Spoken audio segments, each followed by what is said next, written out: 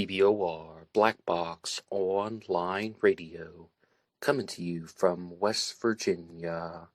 BlackBoxNid88 on Instagram for the bonus podcast.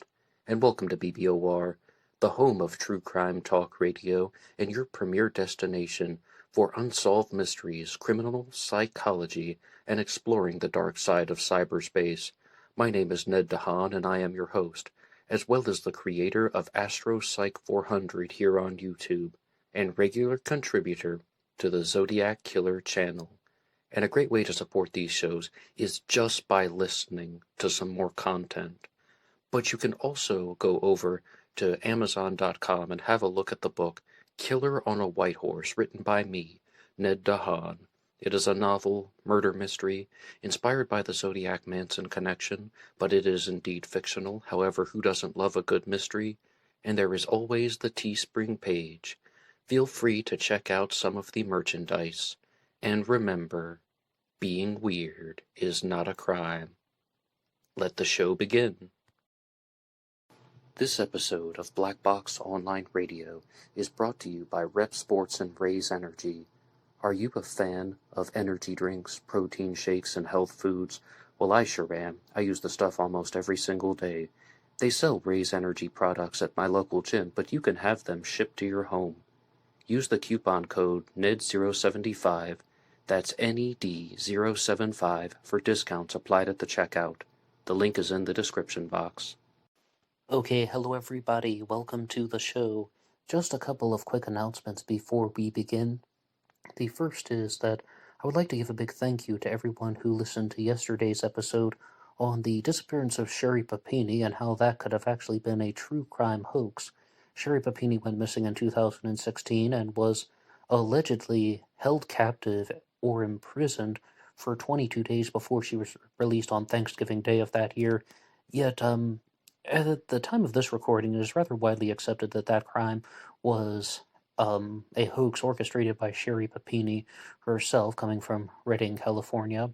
And I was talking about some other internet hoaxes in the episode. For starters, some people were saying that every heavily reported crime under the sun and in the darkness was a result of the media just manipulating the coverage, and the media's feeding us false information, and they pretty much say that everything is fake, and I certainly don't buy into that. And I use a very precise example when I was looking at a shooting committed by Vester Lee Flanagan, and I even talked about one far-out theory in the Kennedy assassination in that episode, Sherry Papini, and other true crime hoaxes, which you can hear on this channel, and as always, you can like and subscribe. It really helps out the show. And the next announcement is that tomorrow is St. Patrick's Day. This episode is being recorded in March, and if you're listening to these things regularly as they come out, feel free to celebrate St. Patrick's Day here on Black Box Online Radio. I will be doing a celebration episode, so lots of things to look out for here on this channel. Now for today's topic.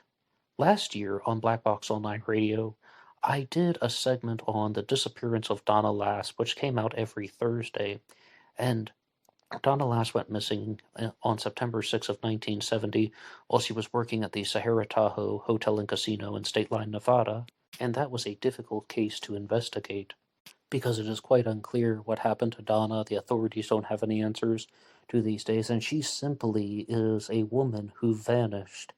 However, I was reminded of another true crime case that I talked about in 2020, and it feels like it was just a couple of months ago when I did a 3-part series on Robert Linkletter as a Zodiac killer suspect, but in fact, it's been a year and a half, almost 18 months, and the middle episode in that one, part 2, is called The Suicide of Diane Linkletter, and the first segment and the third segment talk more about her brother, Robert Linkletter, who is a Zodiac killer suspect. And Diane Linkletter died on October 4th of 1969, and what happened to her is somewhat of a mystery. There's a very, very basic narrative that she was a troubled 20-year-old woman who committed suicide by jumping out of a window, and then there is the more intense theory on the absolute other end of the spectrum that she was murdered by the Zodiac killer, and then there's some others in between. And from the beginning, I knew that I had to learn more about this. And this episode is mostly as an announcement in itself, saying that please look out for a future episode and maybe even series here on this channel, Black Box Online Radio, about the death of Diane Linkletter, because it is quite difficult for some guy like me to say that I can solve a true crime case. And I said from the very beginning, when it comes to the Zodiac killer mystery, am I going to provide all the answers? No, I don't think so. But I was hoping that something like Black Box Online Radio could perhaps maybe eliminate a suspect, or how about this? Possibly eliminate one of the theories out there that people are sharing on the internet. Maybe get a definitive answer about what happened to Diane Linkletter and or any type of Zodiac killer connection.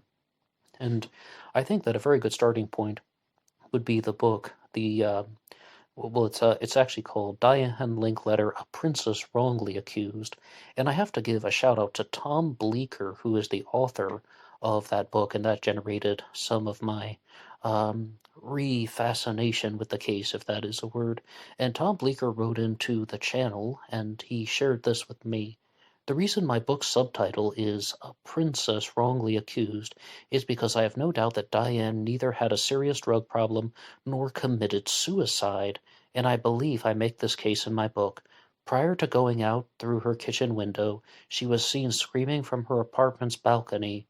Later, she was seen at her kitchen window again screaming for help prior to falling to her death. The police reports in the autopsy are quite telling. I have no doubt that Ed Durston was trying to rape Diane, and because he was preventing her from escaping through the front door, which was the only exit, and because Durston knew that Diane's brother was en route, he pushed her out of the window to avoid being arrested for kidnapping and attempted rape.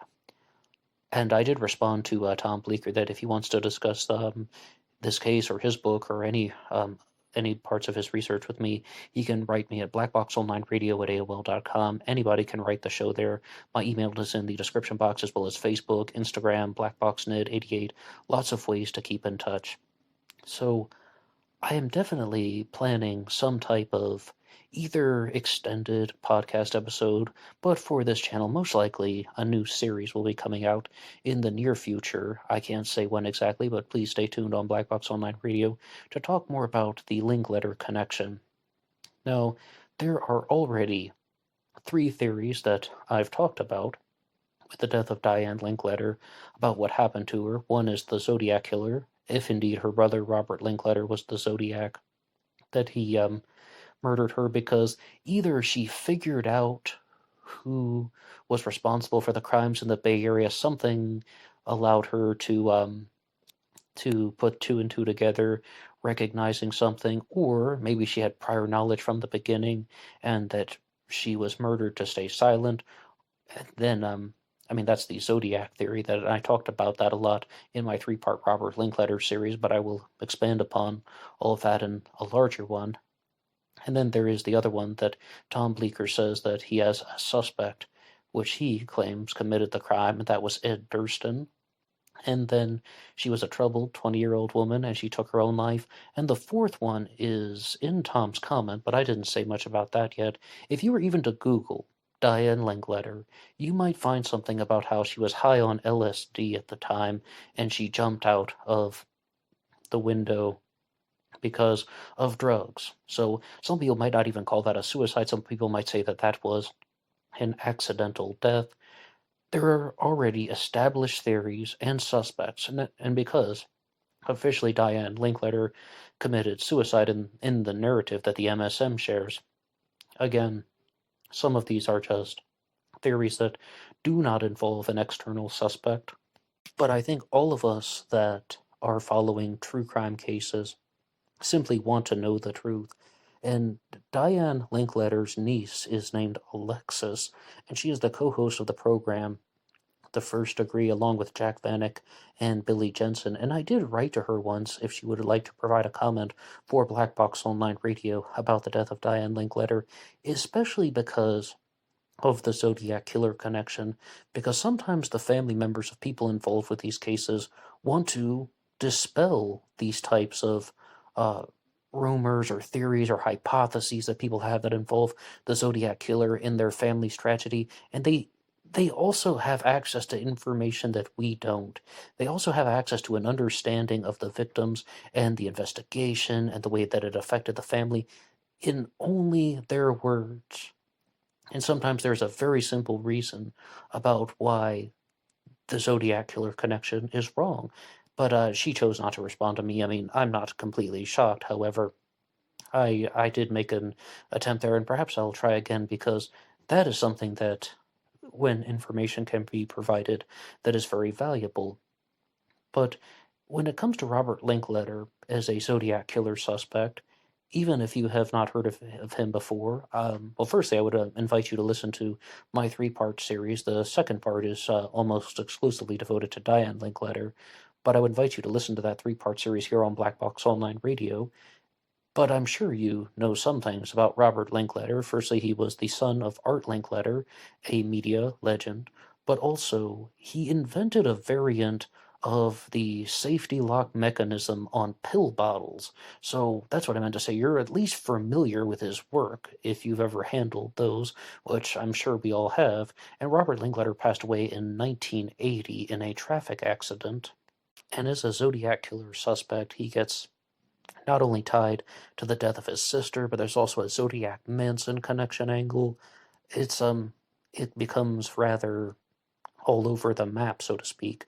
But as far as the death of Diane Linkletter is concerned, I would also like to read off a comment from Pedro Fernandez that was left on my episode, The Suicide of Diane Linkletter, which is the second part of the episodes that I did in 2020, and it says, "Nice take. Thomas Noguchi, coroner to the stars, I believe he stated that there were no drugs in her system. Had she had taken LSD 12 hours earlier, Noguchi would have found it. He left no stone unturned in his work."